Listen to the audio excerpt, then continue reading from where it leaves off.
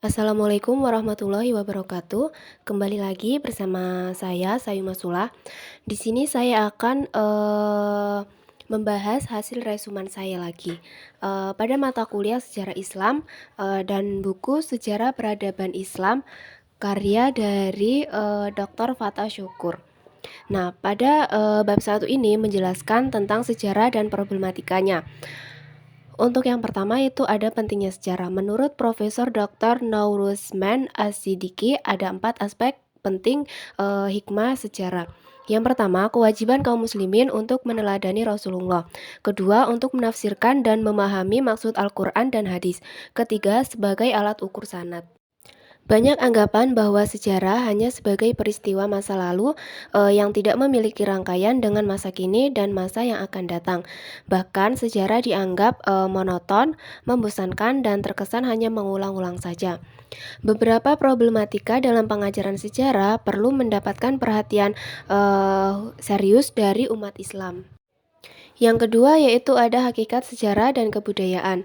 Dalam bahasa Arab, sejarah berasal dari kata syajarotun yang artinya pohon, yang mana dari keseluruhan elemen pohon ini saling memiliki keterkaitan erat antara masa lalu, masa kini, dan masa yang akan datang. Menurut Ibnu Khaldun, hakikat sejarah mengandung pengertian observasi dan usaha mencari kebenaran dan keterangan mendalam tentang sebab terjadinya suatu peristiwa. Menurut Frank Rosenthal, sejarah adalah deskripsi tentang aktivitas manusia yang terus-menerus dalam individu ataupun kelompok. Sejarah tidak hanya sekedar catatan orang lahir dan orang mati saja, dan hanya mengungkapkan kehidupan para penguasa dan serta biografi para pahlawan saja. Tetapi, sejarah juga ilmu yang mempelajari tentang bagaimana perkembangan masyarakat, proses yang panjang.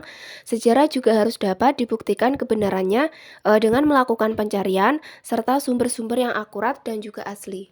Di Indonesia, kebudayaan dan peradaban sering disamakan.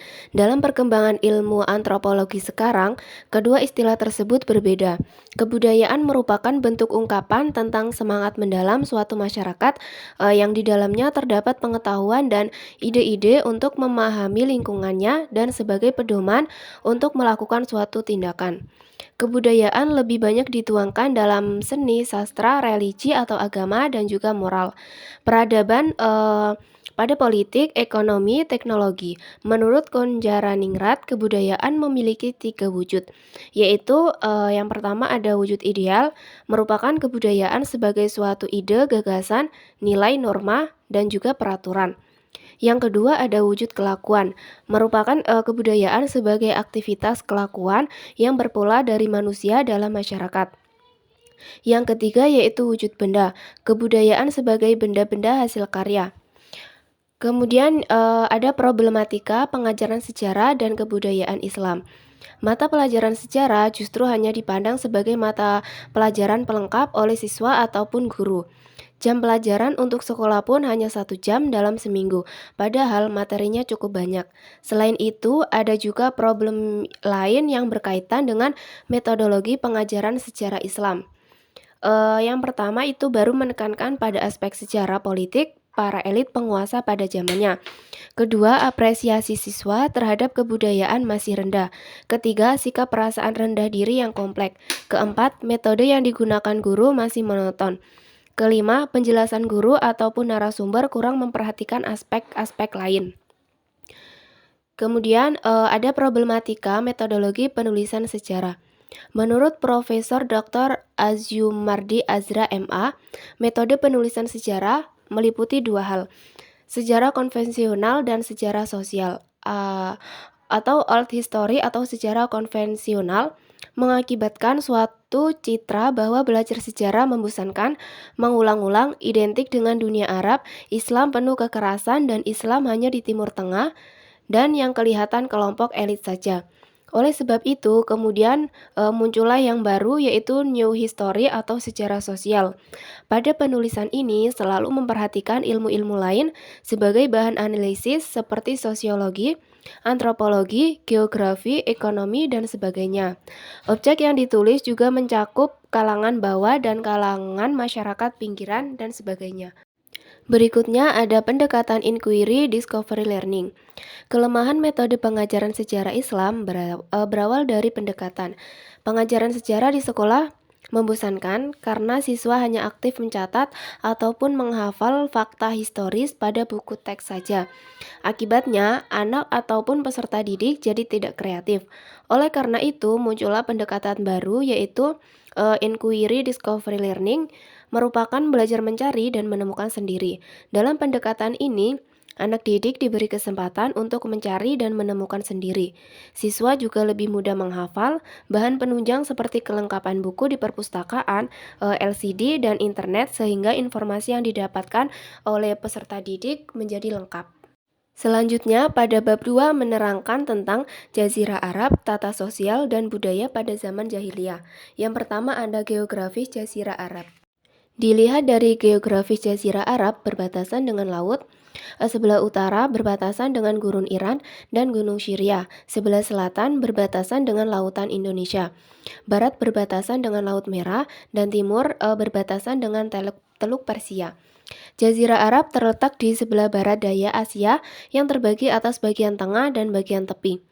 Bagian tengah Jazirah Arab terdiri dari tanah pegunungan yang tandus, penduduknya nomaden dan bernama suku Baduy yang mendiami gurun pasir yang di dalamnya adalah daerah Najd dan Al-Ahqaf.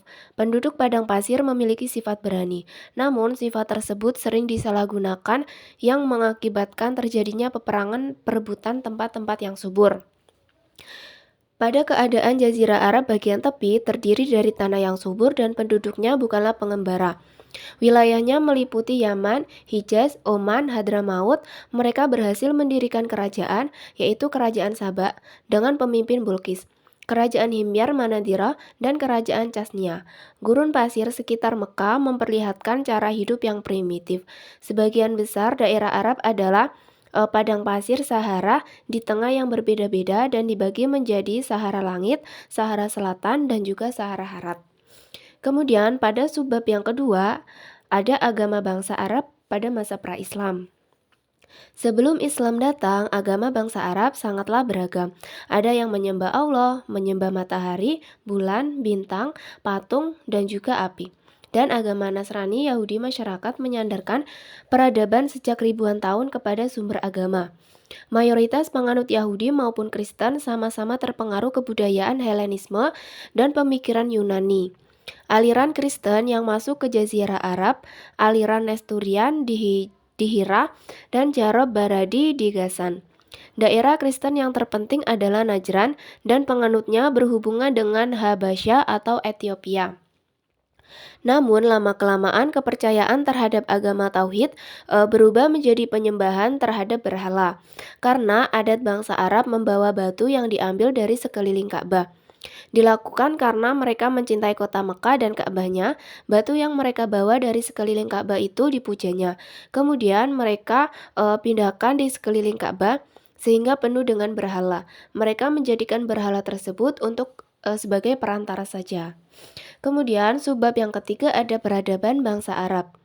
Untuk mengamankan para peziarah yang datang ke kota itu, didirikanlah suatu pemerintahan yang pada mulanya berada di tangan dua suku yang berkuasa, yaitu suku Jurhum sebagai pemegang kekuasaan politik dan suku Ismail sebagai pemegang kekuasaan atas Ka'bah. Kekuasaan politik kemudian berpindah ke suku Khuza'ah dan akhirnya ke suku Quraisy di bawah pimpinan Qusay. Namun peradaban dan komunitas penghuninya yang lahir dari kesuburan tanah juga menimbulkan gangguan di semenanjung tersebut. Misalnya campur tangan raja-raja Yaman, kadang dari keluarga Himyari diturunkan dari generasi ke generasi, kadang dari kalangan masyarakat Himyari. Pada masa Dunues, Al-Himyari berkuasa. Dunues sendiri lebih condong ke agama Musa atau Yahudi dan tidak menyukai penyembahan berhala yang menimpa umatnya. Ia mempelajari agama orang-orang Yahudi yang bermigrasi dan menetap di Yaman. Di Dunues, menurut para ahli sejarah, pembuat parit terlibat dalam cerita tersebut. Bangsa Arab adalah bangsa yang mencintai puisi. Penyair mereka memiliki pengaruh besar terhadap masyarakat. Namun karena mereka telah mencapai pemahaman materi, puisi mereka hanya memuja suku, kenikmatan, dan juga kemegahan. Komunitas etnis biasanya mengadakan pertunjukan puisi di pasar seperti Ukas dan Zulmas. Mereka biasanya menggantungkan puisi yang baik di Ka'bah dan berhala kebesarannya. Suku-suku Arab menceritakan di Al-Ayam atau hari-hari penting yang terdiri dari peperangan dan juga kemenangan yang disengaja untuk membayangkan atau menyombongkan suku lain dalam bentuk puisi maupun prosa yang dicampur puisi. Puisilah yang melanjutkan gerakan dan menyebarkan berita. Ketika puisi dilupakan, sejarah kuno juga dilupakan. Hal ini memungkinkan para sejarawan pada masa Islam mempelajari Arab pada masa itu. Suku Baduy tidak memiliki agama resmi. Mereka tidak menyembah Tuhan meski mereka percaya pada takdir mereka, memiliki etika dan sistem nilai tersendiri. Puisi jahiliyah atau pra-Islam tidak menampilkan konflik personal, namun berisi nyanyian, kemenangan suku dan mengungkapkan keberanian, kemurahan hati, kehormatan, dan keunggulan keturunan. Perang adalah jalan yang paling mudah bagi kabilah-kabilah bila timbul perselisihan yang tidak mudah diselesaikan dengan cara terhormat. Karena itulah muncul sifat prestis, keberanian, suka menolong, melindungi tetangga, serta memaafkan. Peristiwa perang antara kabilah Arab diabadikan dalam banyak gubahan, syair atau kisah yang diselingi dengan syair untuk membanggakan kabilah satu dengan yang lainnya, yang diwariskan secara turun-temurun secara lisan. Peradaban bangsa Arab pada masa pra-Islam sangat tinggi dan telah mengalami kemajuan pesat di berbagai bidang. Jahiliyah berasal dari kata jahilah, yajhilu yang berarti bodoh atau tiada tahu. Jahiliyah berarti kebodohan, keterbelakangan dalam hal agama. Muncul setelah datangnya Islam dikarenakan beberapa tata sosial budaya bangsa Arab tidak sesuai dengan ajaran Islam. Yang pertama itu kebiasaan membunuh anak perempuan karena takut lapar dan malu. Kedua, kebiasaan berperang sesuai dengan karakteristik geografis yang panas, tandus, dan gersang akan membentuk karakter keras dan temperamental. Ketiga, kebiasaan mereka menyembah matahari dan benda lainnya yang mempunyai kelebihan. Selanjutnya, kehidupan sosial di Jazirah Arab. Bangsa Arab mempunyai tingkat solidaritas dan budaya yang tinggi, yaitu kaum Baduy. Hal ini disebabkan karena di padang pasir tidak ada pemerintahan yang dapat melindungi rakyat atau warga negaranya. Dari penganiayaan dan tindakan sewenang-wenang, bangsa Arab mempunyai budaya tinggi yang dapat diketahui dari kerajaan-kerajaan yang ada di Yaman. Yang pertama kerajaan Ma'in atau Ma'niyah, kedua kerajaan Qutbah, ketiga kerajaan Saba, keempat kerajaan Himyar atau Himyaria. Selanjutnya ada kehidupan politik di Jazirah Arab. Untuk mengamankan peziarah yang datang ke kota Mekah, didirikanlah suatu pemerintahan yang pada mulanya berada di tangan dua kekuasaan Jurhum dan Ghuzafa. Akhirnya ke suku Quraisy di bawah pimpinan Qusay. Kemudian kehidupan ekonomi di Jazirah Arab dapat diketahui dari perniagaan yang dilakukan oleh orang Quraisy masa kerajaan Sabah dan Himyar di laut dan darat, India dan Tiongkok, darat ke Jazirah Arab. Ada faktor-faktor yang menolong Mekah dapat memegang peranan dalam perniagaan, terutama orang-orang Yaman yang telah berpindah ke Mekah. Sedang mereka mempunyai pengalaman yang luas dalam bidang perniagaan. Penduduk Arab suka merantau untuk berniaga sebagai suatu usaha yang utama dan sumber yang terpenting bagi penghidupan mereka. Pengaruh dari budaya perdagangan bagi pengembangan dakwah adalah tersebar luasnya agama-agama yang dibawa oleh para pedagang tersebut. Selanjutnya, bab 3 menjelaskan perkembangan Islam pada periode Mekah. Yang pertama, Muhammad sebelum masa kerasulan. Nabi Muhammad, anggota Bani Hashim, kabilah yang kurang berkuasa dalam suku Quraisy, memegang jabatan Sikoyah. Ayahnya bernama Abdullah, anak Abdul Muthalib. Ibunya bernama Aminah binti Wahab dari Bani Zuhra. Tahun kelahiran Nabi pada 570 Masehi atau biasa disebut tahun gajah. Karena pada masa itu pasukan Abraha, gubernur kerajaan Habsyi atau Ethiopia yang menunggang gajah menyerbu untuk menghancurkan Ka'bah. Muhammad lahir dalam keadaan yatim. Ayahnya Abdullah meninggal dunia 3 bulan ketika Muhammad dalam kandungan ibunya. Ketika lahir, Muhammad diserahkan kepada ibu pengasuh yang bernama Halimah Sa'diyah. Setelah Aminah meninggal, Abdul Muthalib mengambil alih tanggung jawab merawat Muhammad. Namun 2 tahun kemudian Abdul Muthalib meninggal dunia karena renta. Setelah itu tanggung jawab merawat Muhammad beralih kepada pamannya yaitu Abu Thalib. Dalam usia muda, Muhammad hidup sebagai pengembala kambing keluarganya dan kambing penduduk Mekah. Pada usia 12 tahun, Muhammad menemani pamannya pergi berdagang ke Syria. Dalam perjalanan ke Syria, ia bertemu dengan seorang pendeta Kristen yang bernama Buhairah yang meyakini Muhammad sebagai calon rasul pada akhir zaman. Pada usia 25 tahun, Muhammad pergi ke Syria dan membawa dagangan milik saudagar kaya yang sudah lama menjanda bernama Khadijah. Muhammad mendapat laba yang besar, kemudian Khadijah melamarnya sehingga Muhammad yang saat itu masih berusia 25 tahun menikah dengan Khadijah yang berusia 40 tahun. Peristiwa penting terjadi ketika ia berusia 35 tahun. Namun di saat-saat terakhir yang tersisa, hanyalah mengangkat Hajar Aswad dan meletakkannya di tempat semula. Timbullah perselisihan, pertengkaran yang memuncak. Namun akhirnya para pemimpin Quraisy sepakat bahwa orang pertama yang tiba di masjid keesokan harinya ia berhak menempatkan Hajar Aswad. Oleh karena itu, Muhammad berhak meletakkan Hajar Aswad ke tempat semula. Namun dengan kebijaksanaannya, Muhammad membentangkan kain tersebut dan melentangkan Hajar Aswad di tengah sorbannya, lalu meminta seluruh pemimpin suku untuk memegang ujung kain tersebut. Dengan cara tersebut, perselisihan dapat terselesaikan dengan bijaksana dan semua kepala suku merasa puas dengan solusi tersebut. Muhammad disebut Nabi yang ummi. Menurut salah satu riwayat, ketika malaikat menyampaikan wahyu yang pertama kali, dari kasus ini sebagian sejarawan menyatakan bahwa Nabi Muhammad adalah ummi, dalam arti tidak dapat membaca dan menulis. Bahkan ditambahkan bahwa kondisi Nabi yang ummi merupakan mukjizat dari Allah untuk menunjukkan bahwa Al-Quran benar-benar dari Allah, bukan karangan Nabi Muhammad, karena Muhammad tidak dapat membaca dan menulis. Kalaupun ada umat yang bangga menerima kenyataan bahwa nabinya sebagai sosok yang buta huruf, itulah umat Islam. Menurut Al-Maqdisi, ummi memang berarti bisa buta huruf, tetapi tidak menyangkut Nabi Muhammad ummi. Berarti orang yang bukan golongan Yahudi atau Nasrani. Maknanya seperti orang-orang yang seperti masih dikandung oleh rahim ibunya sehingga belum tahu apa-apa. Sebab yang kedua yaitu pendidikan Islam di Mekah. Setelah dapat wahyu yang kedua, Rasulullah SAW diwajibkan untuk memanggil satu umat yang telah begitu rusak kepercayaannya dan akhlaknya, yang begitu fanatik atas adat dan istiadat serta agama berhak nenek moyangnya. Ia mulai dengan keluarga dekatnya dan berdakwah secara sembunyi-sembunyi.